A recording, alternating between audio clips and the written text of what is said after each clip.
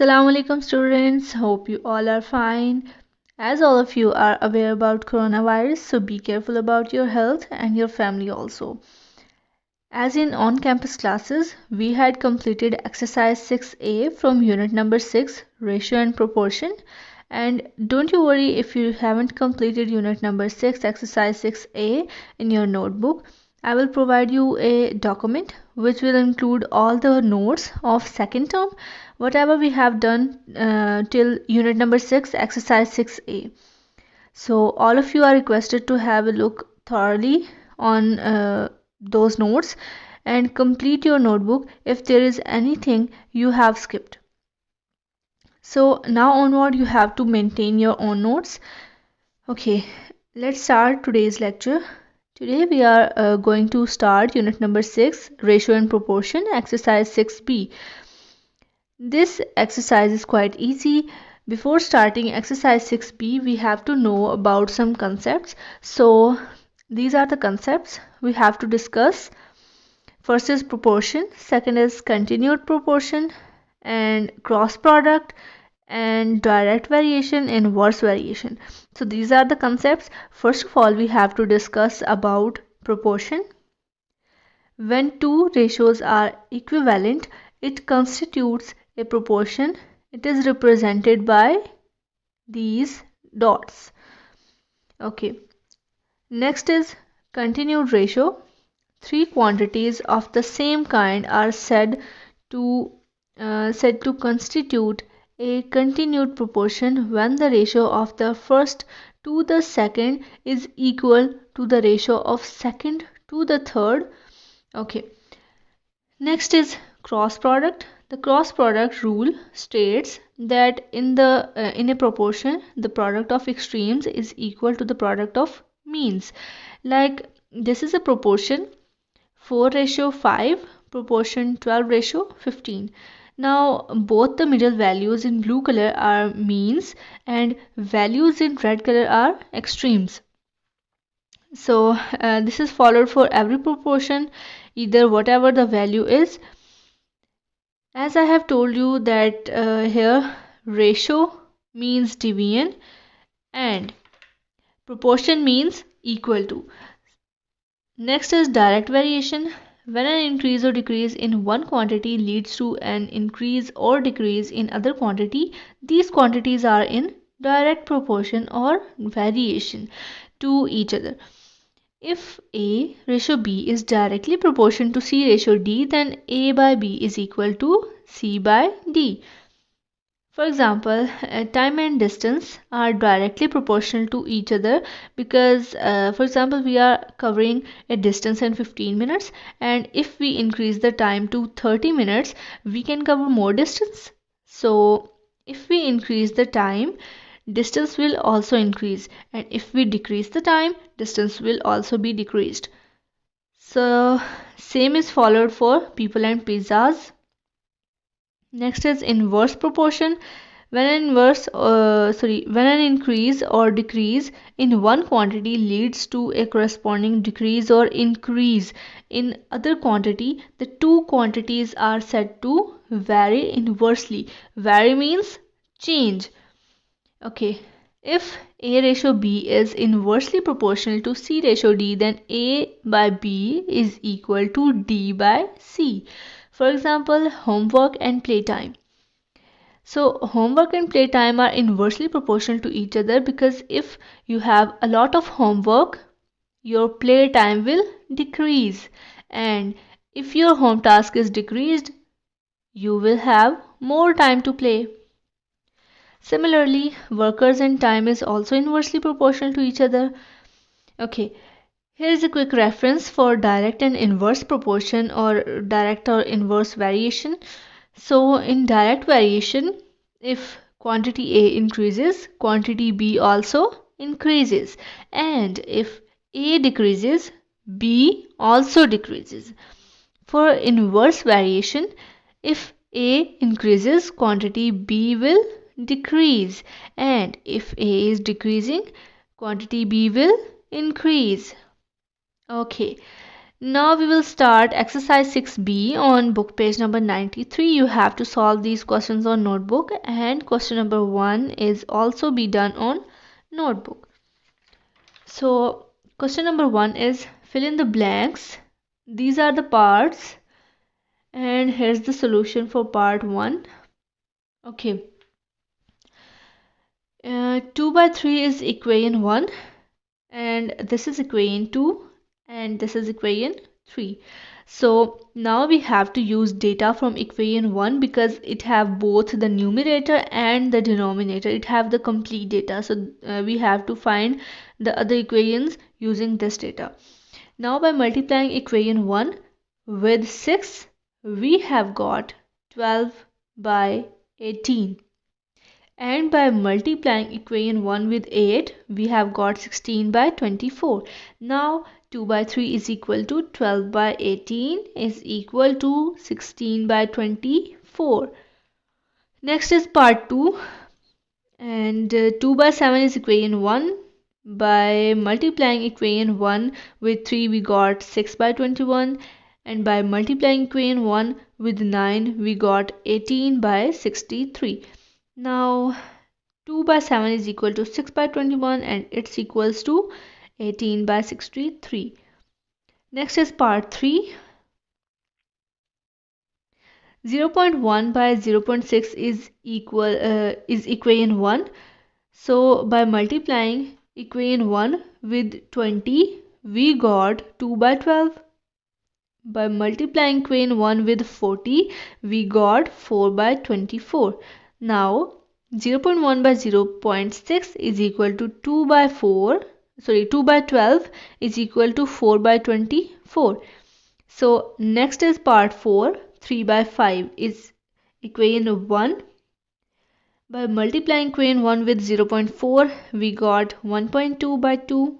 And by multiplying equation 1 with 1 by 4, we got 3 by 4 divide 5 by 4. So now 3 by 4 is equal to 1.2 by 2 equals to 3 divide 4 by 5 divide 4. So next is part 5. 1 by 4 is having both numerator and denominator. That's why we are using equation 2 to complete equation 1 and 3. So now by multiplying equation 2 with 0.5, we got 0.5 by 2. And by multiplying equation 2 with 5 by 4, we got 5 by 4 divide 5. Now 5 by 4 divide 5 is equal to 1 by 4, and it's equals to 0.5 by 2. Now move to question number 2. The ratio of two quantities is 2:7. If the first quantity is 28, find the second. So here's the solution. Ratio of two quantities is equal to 2:7. First quantity is equal to 28. Let second quantity is equal to y. Now 2:7 proportion 28 ratio y. This will be the proportion. And now as you know, ratio means division and proportion means equal to. So 2 by 7 is equal to 28 by y. Now we have to do cross multiplication. 2 multiplied by y is equal to 28 multiplied by 7. Now we have got 2y is equal to 196. To remove 2 from this side, we have to move it to the other side, and here 2 was multiplying, so when it will move to the other side, it will be divided with 196. So y is equal to 196 by 2. Now we have got y is equal to 98. So we have got the second quantity, which is 98. Next is question number 3. The ratio of two quantities is 7:12. If the larger one is 84, find the other. So here's the solution. Ratio of two quantities is equal to 7:12. Larger quantity is equal to 84, and let second quantity is equal to y. So now this will be the proportion 7:12 proportion y ratio 84. Now, why we placed 84 on the second place? Because it in the first ratio, 7:12, the 12 is greater, or you can say 12 is larger, and it's on second place. The larger one is on second place. That's why 84 is larger number, so we also have to place it in the second place. Okay, now as you know, ratio means division and proportion means equal to, so 7/12 is equal to y by 84. Now 84 will multiply with 7 and 12 will multiply with y, like this. Now 588 is equal to 12y.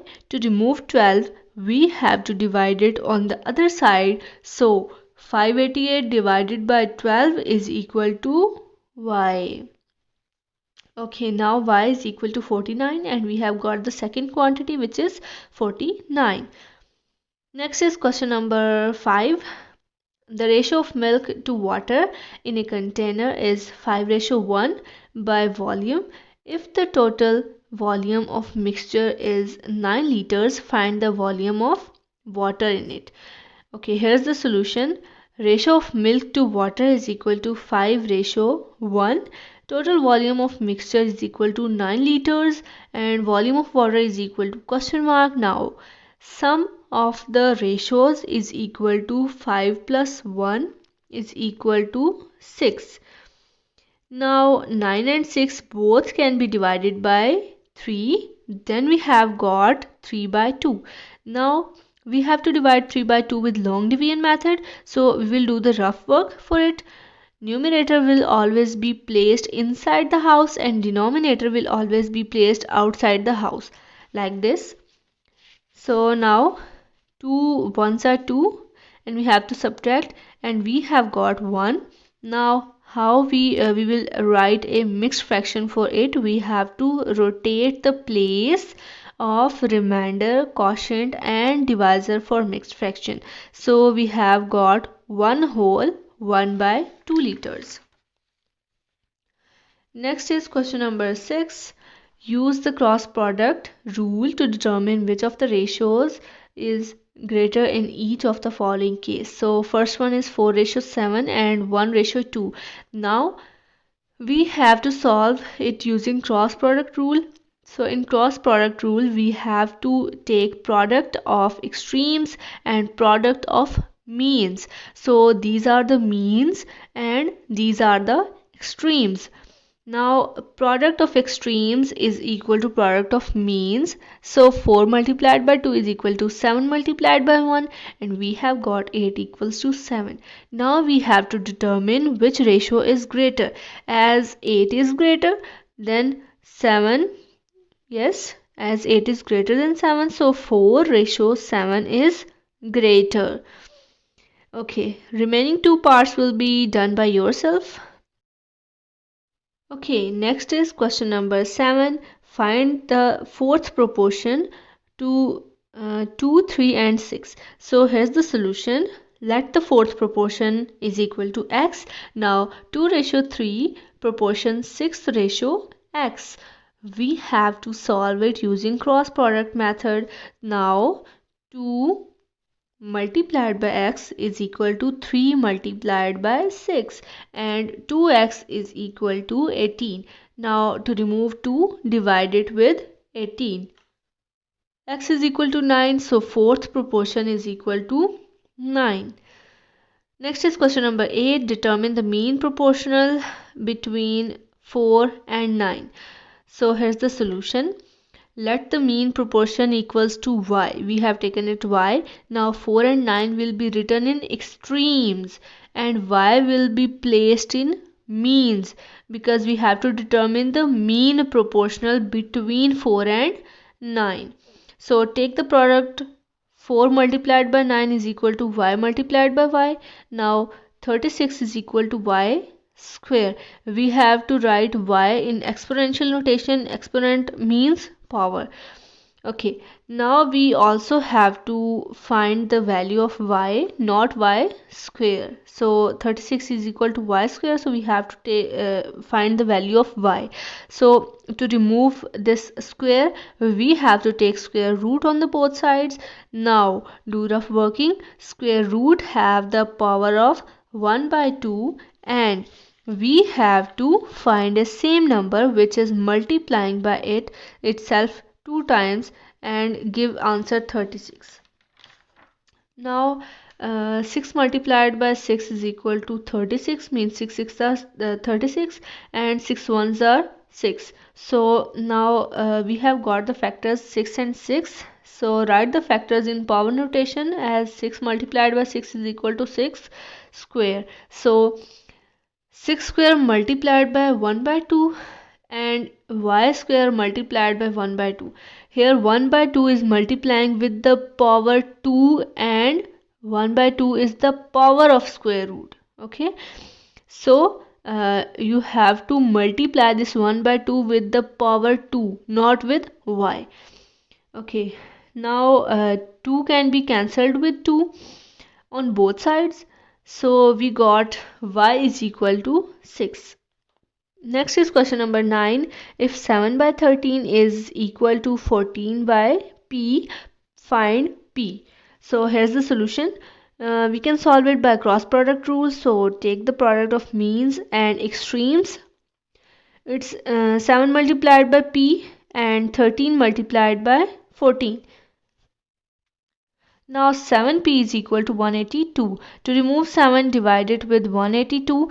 P is equal to 26. Next is question number 10.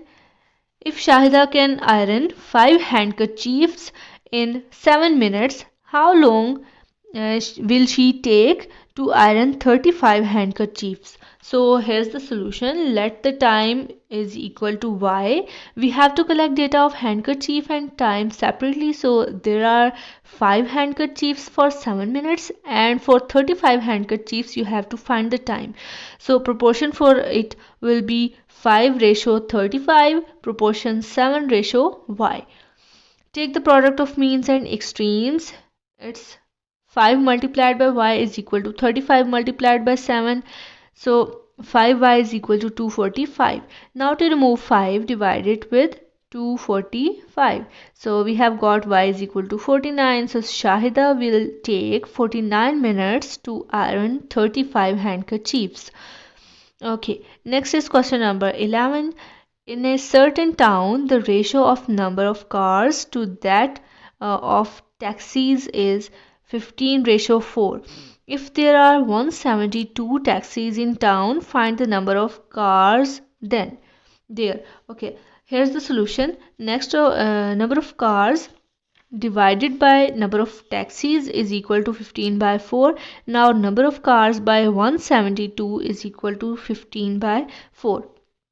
So we will do cross multiplication here. Number of cars is multiplied by 4 is equal to 15 multiplied by 172, and number of cars multiplied by 4 is equal to 2550, means 2550. So now to remove 4, divide it with 2550. So number of cars is equal to 645. Okay, that's all for this unit. Okay, next we have to start unit number 14, mensuration area, on page number 185. Now the question is, what is mensuration?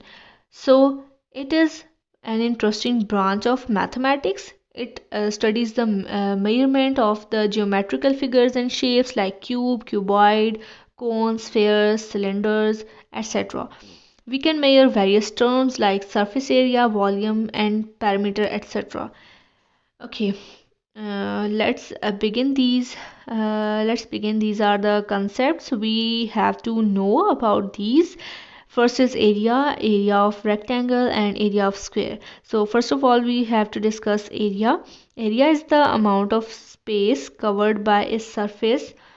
Okay, here are the formulas. Area of rectangle. So this is the rectangle and it is the length L, and it's the breadth B. So area in square units is equal to units in length multiply units in breadth. Or we can write it as length multiplied by breadth unit square. Or it can be written as L multiplied by B unit square. And always keep in mind that area is always represented in unit square. Next is area of square. It is a square. It's the length L, and on the other side it's also length L. Because square have 4 equal sides, so area is equal to units in length multiplied by units in length. Or you can say length multiplied by length unit square, or we can also write the short form of the formula L multiplied by L unit square. Okay, now we are going to start exercise 14b on page number 190. Question number 1 is find the area of each of the following rectangular fields whose dimensions means sides are given. Okay, so here's the solution of part 1. Length is equal to 15 meter and breadth is equal to 9 meters. So length and breadth are given. We have to find the area. Area is equal to length multiplied by breadth unit square, and we have to put the value of length, that is 15, and value of breadth is 19, and unit is meter, so we have to put the meter square because unit of area is always in squares. So now 15 multiplied by 9 is equal to 135 meter square. Next is part 2. Length is equal to 32 meter, breadth is equal to 24 meter. So area is equal to L multiplied by B unit square. L is or length is 32 and breadth B is 24. So 32 multiplied by 24 is 768 meters square. Next is question number 2. Find the area of each of the following squares whose dimensions are given. So here's the solution: 21 centimeter. Okay, we know that length is same for the square, so area is equal to length multiplied by length unit square. 21 multiplied by 21 centimeter square is equal to 441 centimeter square. So next part is 4.5 meter. Area is equal to length multiplied by length unit square. It's equals to 4.5 multiplied by 4.5 meter square. So the answer is 20.25 meter square. Next is question number 3. Find the breadth of the rectangular fields whose length is 18 meter and area is 216 meters square. So here is the solution. You have to find the breadth. So the formula for rectangle is area is equal to length multiplied by breadth. So to find breadth, we can divide the length with area. So put the values 216 meter square by 18 meter is equal to breadth. Now it can be represented as 216 meter square divided by 18 meter, and the power of meter is 1 here, and it's equals to breadth. Now we have to divide 216 with 18. It will be 12, and when we divide the same unit, power is subtracted.